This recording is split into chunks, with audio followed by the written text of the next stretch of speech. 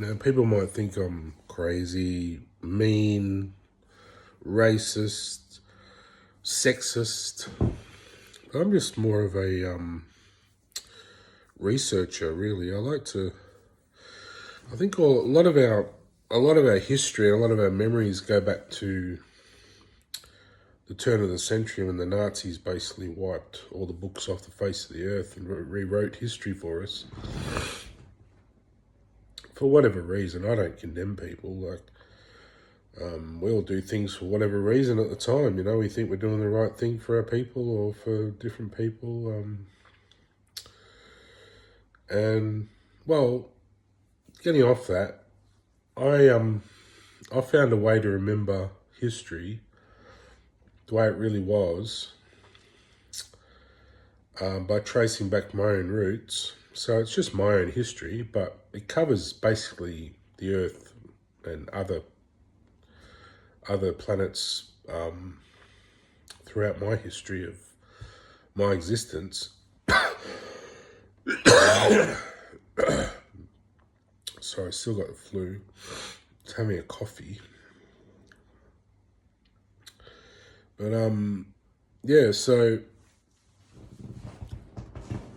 I can't really explain how I sort of come across this vast ocean of, or it's not really an ocean, but a vast sort of space of information. But it was I went through my life cross-checking it and reading things and noticing things in nature and noticing different movements of different sort of civilizations and different planetary movements and the tides and the way animals behave, and so it sort of led me to peace, realizing everything is just the way it is, you know. But I saw the whole history there was still written. It still exists. You can go and read it if you know how, you know. I'm sure in the future they'll come up with some device that can do it, you know. It's sort of in the spirit world, which you can't access, you know. You got to know how to do it, but we're conduits, so we can talk, we can tell our stories. It's not just in our brain; it's in our soul, and it's in our heart. So we can tell these stories, and that's the good thing about. I'd much rather be sitting with my loved ones around a campfire doing this, and maybe I will one day, and maybe they'll remember stuff too. But and I remember right back to before there were people, you know, and I mean, I've mentioned before I was this hydra, sort of like a sea monster, probably the size of a dinosaur. At first, I sort of just lived like I think they call it a plesiosaur or something like that. And eventually, I kept growing these sort of limbs. And in the end, I had hundreds and hundreds of heads, you know. Don't ask me how. It took a long time. I lived for thousands of years. I was a very old, ancient animal, and it went back to how I was actually created in the first place, you know. I responded to sunlight very well, and other animals didn't. And I tended to dominate the ocean, and so most of humanity comes from the ocean. So, you know, we're all fish at one point. And the reason we are a bit different is that some of us are more in tune with our lizard. Like Asians, for example, are more lizard-like. They tend to be more happy being sedentary, you know, just sitting and peacefully resting and staring, and they're very lizard-like Asians. You know, they worship dragons. They you know, you see things like in their culture like Godzilla, and there's probably other references I don't know about, but that's going back a long way. I mean, since then they've groomed themselves. Humanity went through periods where they changed the way they look. Asians did strange things to humanity, like they bind, you know, women's feet and hands together just to make their bodies different, you know, they knew the feet and the hands were like the ends of the body, and they could change the shape of the body by manipulating the fingers and toes, and they'd bind together the toes in certain ways to make the legs shorter or restrict blood flow and do all these sorts of funny things. And before that, they'd mate with different animals to come up with different species. And one thing I do remember is them doing a lot of ostriches and things to get that real Asian look. It's very avian, very bird-like. And I don't mean that offensively. It's just that's what I remember. I remember people doing that, was going out of their way to mate with ostriches and things they could have sex with to change their makeup. And back then, people were. This is before the modern Asian. These are more caveman sort of people, more related to animals. So it was like animals having sex with animals in a way. We're all sort of animals back then, but when we're starting to sort of walk on our hind legs, and I don't remember the white people ever doing that kind of stuff to their bodies. They were more into the ocean, more traveling, more in boats. They tended to worship the sun rather than dragons and stuff. So we're into God stuff, Ra, Christian beliefs, Vikings, all that sort of more Scandinavian, Aryan sort of beliefs.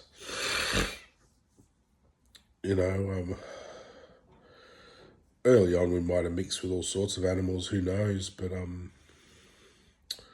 think probably more apes and things, more like us,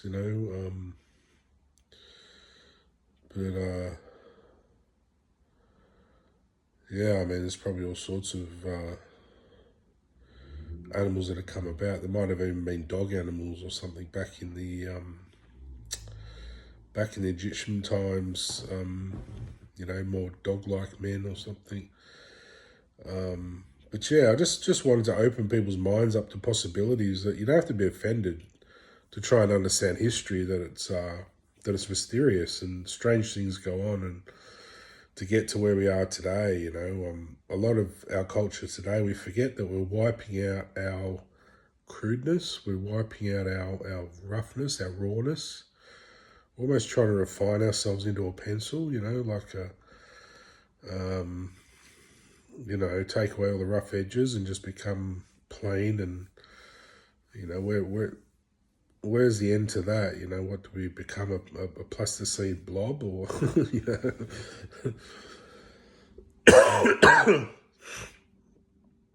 But yeah,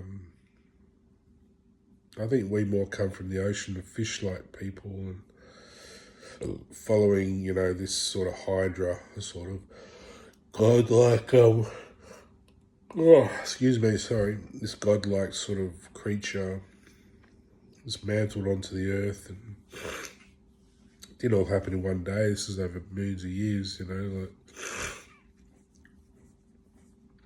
Asians were more sort of on earth on their own, as their own sort of lizards and things, and come out as lizards straight away. We sort of come out as following this hydra, sort of dismantling from this hydra, sort of being born from almost being devoured and then coming out as the children from the hydra, Not all, there'd be some other ones that come from fish as well, but yeah.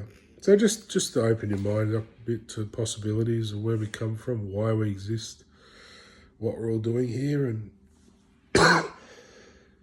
I still do believe, and I still do recall, that we did mix with alien blood at some point. Aliens did invade once upon a time. And there's sort of it's not any one race, it's sort of within our race is sort of a virus or something. I think it could be what AIDS is. I'm not sure. I think that could be the alien sort of strain in our blood. There's probably in a lot of people that it gets woken up as HIV when the different different strains in our bodies are woken up. So everyone has the potential of catching AIDS, I guess. And some people are carriers. They carry the disease, a live disease, whereas we all have a dormant disease in our body. It's like the flu. We catch a bug which wakes up the flu in our body. You know, it's almost like a defensive mechanism to fight our immune system to fight, so we can fight these bugs and things. But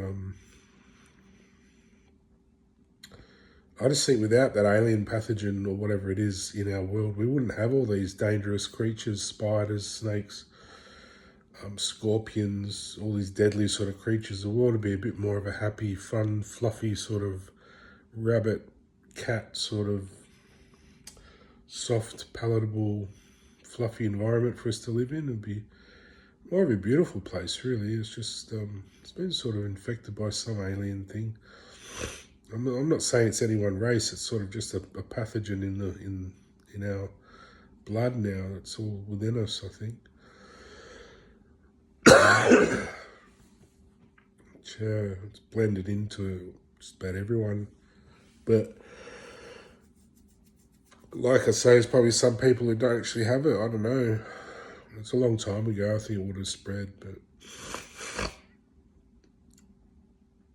yeah, but history didn't just start, you know, when the Nazis said it did. It started a long time ago, before this planet even existed. And, you know, or when this planet planet's probably been here so long, it's almost like it's always existed, but just not as lush. And it was probably a gaseous ball for a long time, you know. But yeah, hopefully we can move on to Saturn one day, and we'd only have to take up, you know, on Saturn it'd be like, say you had,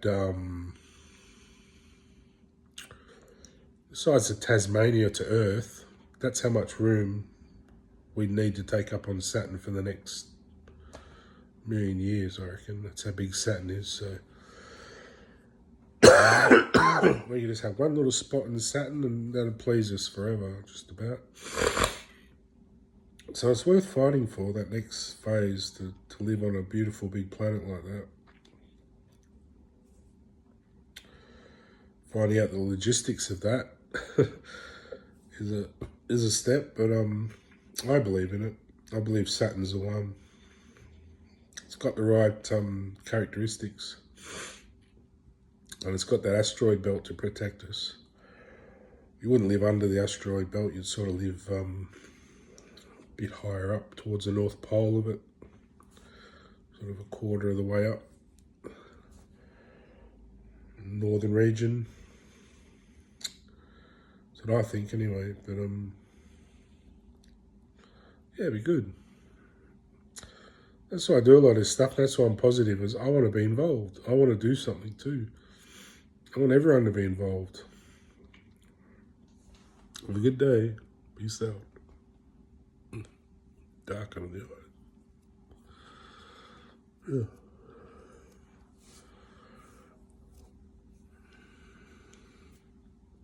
Is it gone? Yeah.